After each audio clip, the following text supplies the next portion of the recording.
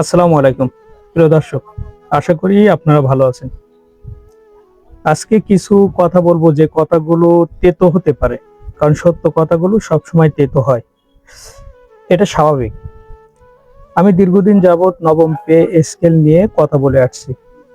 যেহেতু pay scale একটা কূটনৈতিক বিষয় বা একটা আলাপ আলোচনার বিষয়, এটা নিয়ে আসলে ওই হামলা মামলা বা মাঠে সংগ্রাম করে আদায় করা কঠিন হয়ে যায়।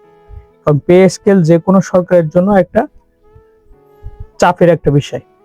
তো আসি মূল কথায়, আপনি তেতো কথা কেন বলবো? আমার কমেন্টে দীর্ঘদিন যাবত আমি যেহেতু পে স্কেল নিয়ে কথা বলি, বিভিন্ন জন বিভিন্ন ভাবে কমেন্ট করে, আমি তাদের উপর রাগ করতেছি না, কিন্তু একটা বিষয় আপনাদেরকে ক্লিয়ার করতে চাই। সেটা হলো, আপনারা যারা বলছিলেন যে পে স্কেল হবে না, দেবে না, এই সরকার কখনো দেবে না, আরে পে স্কেল তো দিচ্ছে। পে স্কেল 1 জুলাই থেকে কার্যকর হবে, প্রধানমন্ত্রীর নির্দেশ। এটা ইতিমধ্যে উনি নির্দেশনা দিয়েছেন আজ, অর্থাৎ 19 মে। আজ 19 মে এটা কিন্তু গণমাধ্যমে জানিয়েছেন কে? অর্থমন্ত্রী আমির খসরু মাহমুদ চৌধুরী। তাহলে পে স্কেল যদি বাস্তবায়ন না হবে, তাহলে উনি কেন এটা বলতেছেন? 1 জুলাই থেকে বাস্তবায়ন হবে এবং এর জন্য 35,000 কোটি টাকা অলরেডি বাজেটে তিনি সংযুক্ত করেছেন তারা। এবং এটা কিভাবে বাস্তবায়ন করা যায়, 1 জুলাই থেকে কোন কোন সেক্টরে কিভাবে কি করা যায়, এই নিয়ে কাজ চলতেছে। আর আপনাদের কিছু আতেল মার্কা, আমি আতেলই বলি, আতেল মার্কা, নেগেটিভ মার্কা কিছু দর্শক আছে, তারা না বুঝে না শুনে, দেখে না সংবাদ, দেখে না পত্রিকা, না বুঝে না শুনে হাউমাউ করে, উল্টোপাল্টা কমেন্ট করে। তাদের দৌড় ওই কমেন্ট পর্যন্ত। আপনি কমেন্ট করেন, খারাপ কমেন্ট, সমস্যা নেই, আমার ওইটাতে কোনো সমস্যা নেই, কিন্তু বিষয় হলো কি, আপনি না জেনে কমেন্ট করতেছেন কেন?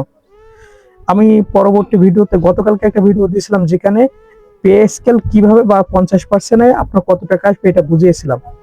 ওইখানে আমি বলবো, এটা নিয়ে আলোচনা করবো আমার পরবর্তী ভিডিওতে, যে কিভাবে তারা বোঝে না, যে সরকারি কর্মচারী বোঝে না, এই বিষয়টা জানাবো।